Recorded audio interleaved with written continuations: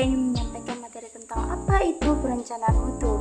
Nah, perencanaan mutu adalah proses pembuatan standar kualitas dan cara mencapai kualitas yang diinginkan. Tanpa perencanaan yang baik, kualitas yang dihasilkan dapat berbeda-beda.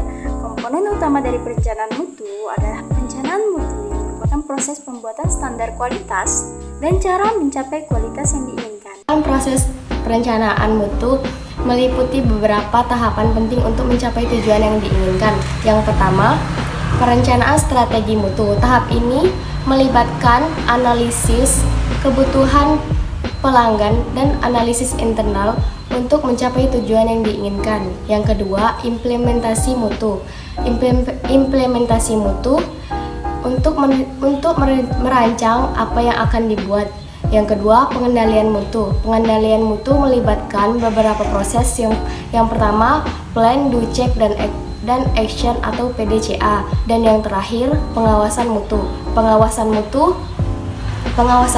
tahap ini melibatkan beberapa proses, yaitu planning, organizing, actually, dan controlling. Pengendalian mutu melibatkan proses yang terdiri dari plan, do, check, and action.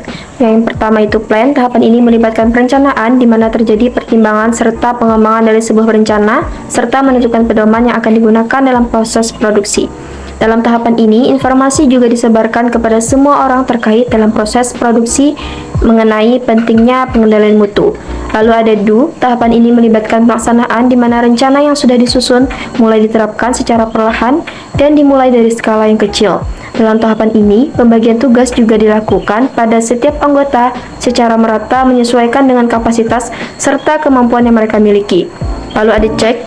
Tahapan ini melibatkan pemeriksaan di mana rencana yang sudah dijalankan sebelumnya akan diperiksa apakah sudah sesuai dengan perencanaan dan apakah sudah ada perkembangan dari proses produksi yang dilakukan. Hal ini dapat dilakukan melalui membandingkan hasil dengan standar yang ada.